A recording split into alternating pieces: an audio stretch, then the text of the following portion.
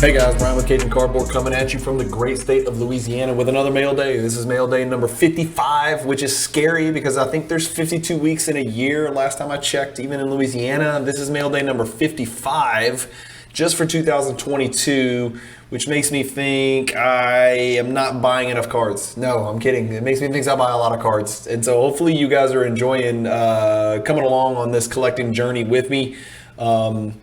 And as always, I love sharing pictures of my cards. Again, none of the things that I show you today are going to be for sale. If they were, I wouldn't have just bought them. So here we go. Let's get you cranking. I'm going to get you switched over. This is my PWCC vault. As always, my mail days are with these high-def images that are uploaded for me into my vault of all of my cards being held in Tigard, Oregon by PWCC. That's just my vault of choice. I know there's a lot of other options out there, but they've always treated me great. And so that's where I'm at. So the first one we'll pull up, I think it's going to be one Lillard card and then 10 baby Jordans today. Pretty much baby Jordans. So the first card is you guys know that I love my gold Prizm inserts. They're serial number to 10. Fireworks is my favorite insert of all the Prizm years and all the different Prizm inserts that are out there. I shouldn't say that. Prismatic, this most recent insert, is really badass. You guys, if you haven't seen it, go look at the Prismatic insert. It's really badass, especially the gold parallel Prismatics. But this gold Fireworks is from 2021. Do I wish it was a PSA 10? Yes. Is the OCD part of me driving me nuts? Yes. But PSA 9 is going to have to work. There's only 9 of them out there. It's a pop 2, and there are no 10s. And so I'm just going to be happy with the 9. If somebody out there, by any chance, has one of these and gets it graded a PSA 10, please at least let me know so I can overpay you for it or give you this 9 and you can give me the 10 and a few bucks in exchange because the OCD side of me can't deal with this because I've got other Prizm Fireworks gold Lillards from other prior Prizm years that are in PSA 10, and to have a 9 with 10s is just like, I'm frazzled. So that's card number 1 on the mail day. Love the card, cool card.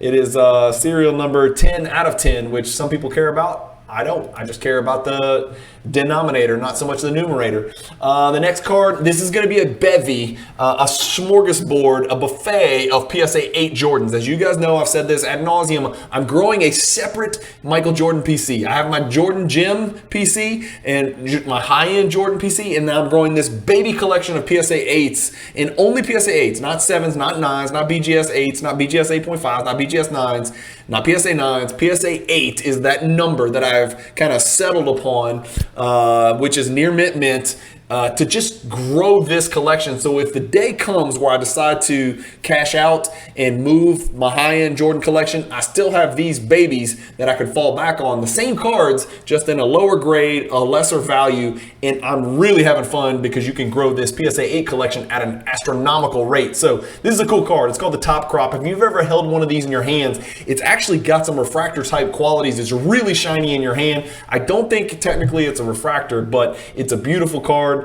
Jordan on the front, and then the guard from the West, Gary Payton on the back, the glove, another Hall of Famer on the back. That is card number 2 on our list. Next, the Michael Jordan 1991 Upper Deck International Hologram MVP. This is in a PSA 8. It's a blank back. Don't ask me about it. I have no clue. I love these holograms. I don't know what the deal is with this or why it has a blank back or what the hell's going on, but I needed it, and it was like $12, and so I grabbed it. Again, I can't reiterate enough. These PSA 8 Jordan cards, these are not high-end cards. I'm not showing off here. I'm just showing you what I've bought.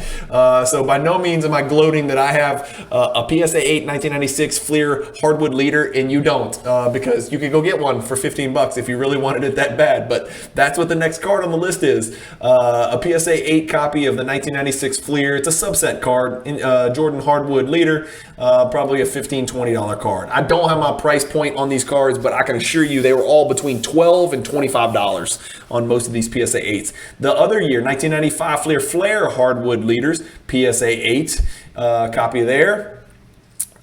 The Topps Gold, right? So everybody's familiar with the 1992 Topps. Well, this is the first year, I think this is the first year that Topps did a gold parallel. And so you could pull the 2 Jordan cards. I think there's two Jordan cards. There actually might be more than that with a gold parallel, but this is one of them. And this is a PSA 8 gold parallel of card number 115, which is the Michael Jordan All-Star card. So again, not a super valuable card, but cool gold parallel. This is the 1990 Hoops Superstars. I'm happy to own 3 copies of this card in a PSA 10, which I picked up 2 as an investment, and then 1, of course, because I needed it in my PSA 10 Gem Mint collection. But I picked those up on the cheap as investment pieces. This, I needed it because I'm putting together the PSA 8 collection. So I've got an 8 and 3 10s of this card. It looks like someone urinated on the card. Don't think your eyes are deceiving you. That's the actual color of the card. So it kind of looks like the 1990 Hoops, but I think these were like released in special packs from Sears, and they're this kind of urine yellow. It's just a really ugly yellow, but part of that is like just that mystique of the early 90s basketball collecting.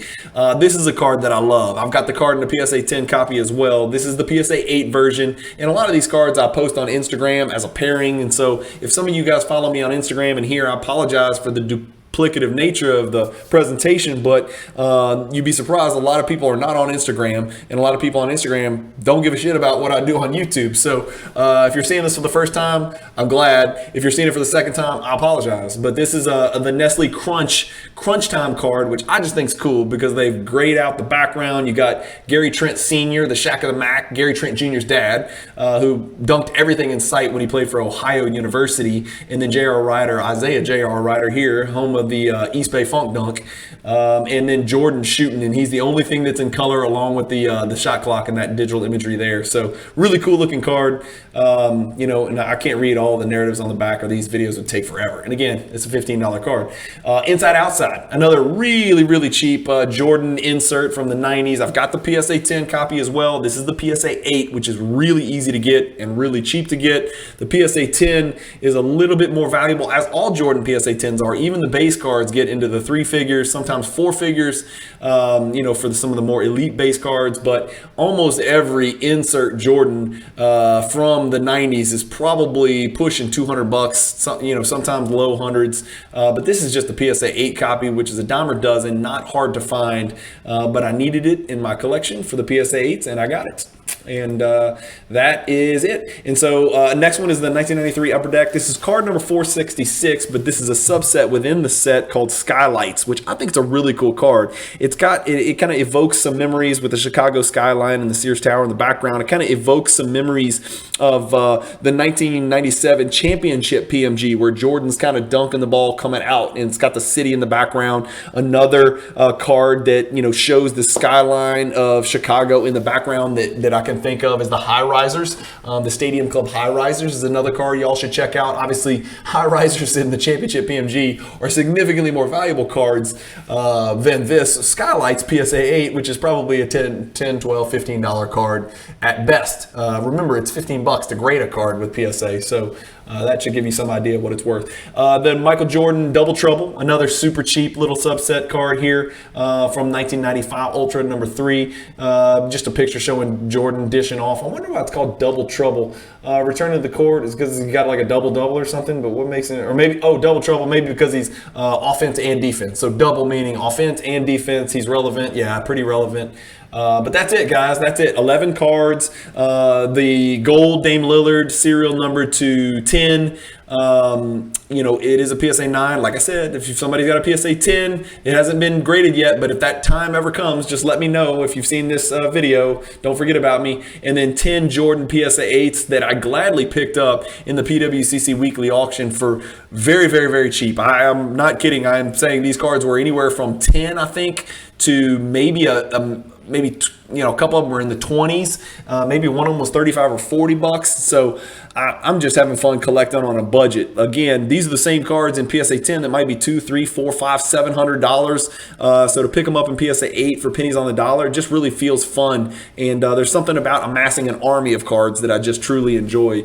I struggle with the term consolidate, which everybody else seems to like so much. It's just not a word I can say. I can't even get it out of my mouth. So no consolidation for me. I like to buy more cards and sell less, but that's where I'm at right now. Anyway, Thanks for watching Mail Day number 55 with me, guys. I've got a couple more mail days in the queue that I'll put up, and then we'll start the mail days over for 2023, I guess. And I don't think I'll do as much buying in 2023, despite the fact that I probably should buy more because prices are a little bit lower now than they were at the inception of 2022. Who knows where we're going?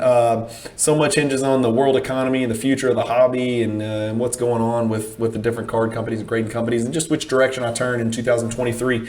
Let me know what you think. Any of these cards catch your eye? Any of these cards matter to you guys? Any of these cards evoke memories of collecting in the 90s? Anyway, thank you guys for watching. Keep collecting. Stay positive in the hobby, and peace.